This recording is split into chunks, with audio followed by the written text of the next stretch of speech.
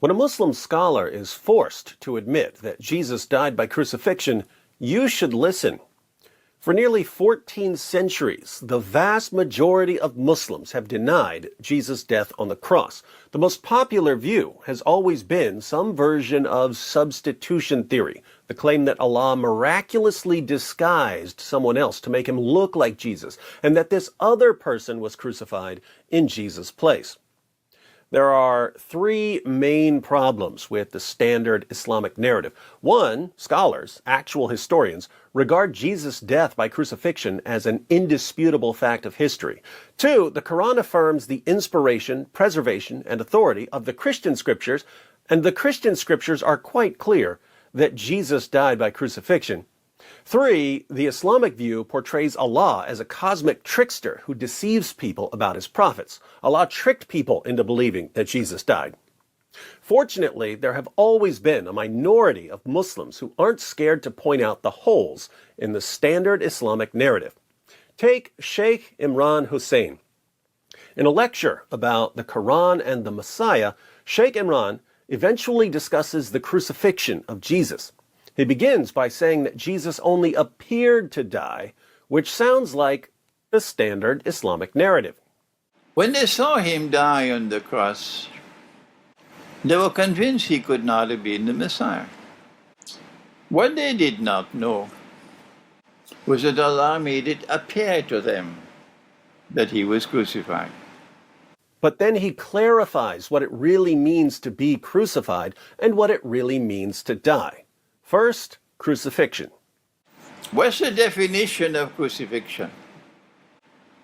It is that you should die by hanging on the cross. So crucifixion isn't simply nailing someone to a cross, it's the person dying by nailing him to a cross. But what does it mean to die? What is the definition of death?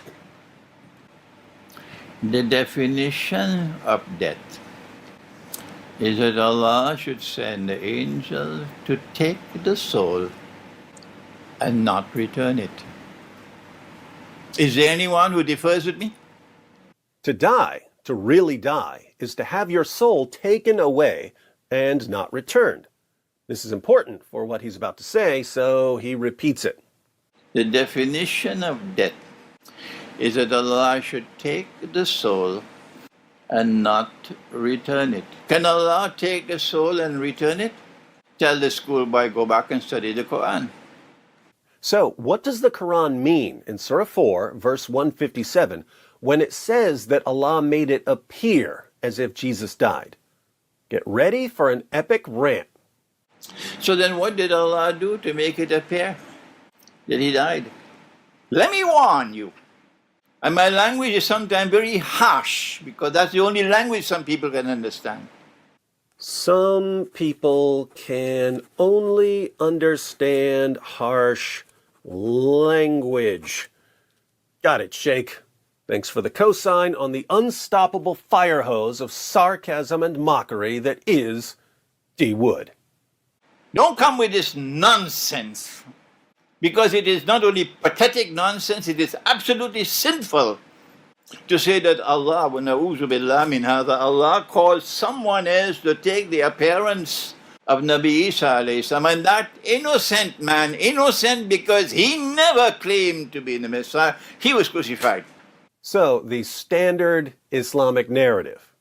Wait for Judgment Day with that nonsense. Pathetic nonsense. It's not there in the Quran, it's in your imagination. That's why it is. And yet it took the world of Islam by storm. What a brainwashed ummah we are today. He ain't lying. Well, then what happened? Well, then why don't you go to the Quran? Let the Quran explain rather than go on fancy flights of imagination. You're going to tell Allah on Judgment Day, you caused that man to assume the appearance of someone? And he who never claimed to be the Messiah, he was crucified. That is an act of injustice. You attributing injustice to Allah? What foolishness. He's right.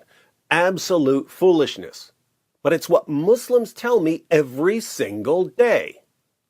Allah took his soul. They thought he was dead. They took down the body. They put the body in the cave. They sealed the cave. Allah returned the soul. As simple as that. Nobody knew that the soul was returned. And Allah raised him. So, while Jesus was on the cross, Allah took his soul, meaning that he was dead in the biological sense.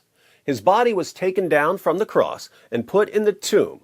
But then Allah returned Jesus' soul to his body, meaning he didn't die in the stricter sense the Sheikh is talking about.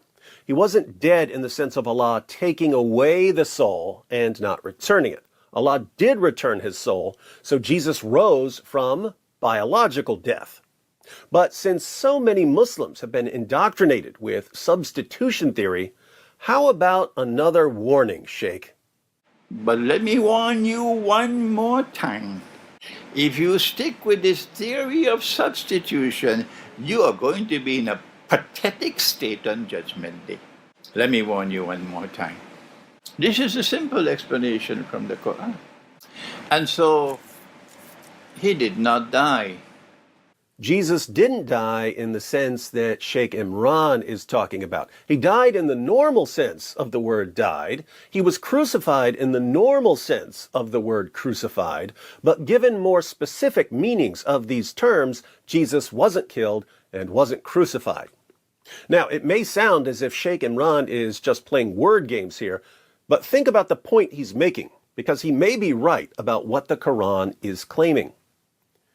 The Quran says nothing about Allah disguising someone else and making him look like Jesus. The Quran simply says they didn't kill him and didn't crucify him. In context, people are bragging, "We killed the Messiah, we crucified the Messiah, we got him, he's finished." And Allah's response is, "No, you didn't, and no, he isn't." Could Allah just be saying, "Look, you think that by beating Jesus and crucifying him and stabbing him through the heart with a spear and burying him, that you've killed him, but you're wrong, because I can just raise him from the dead"?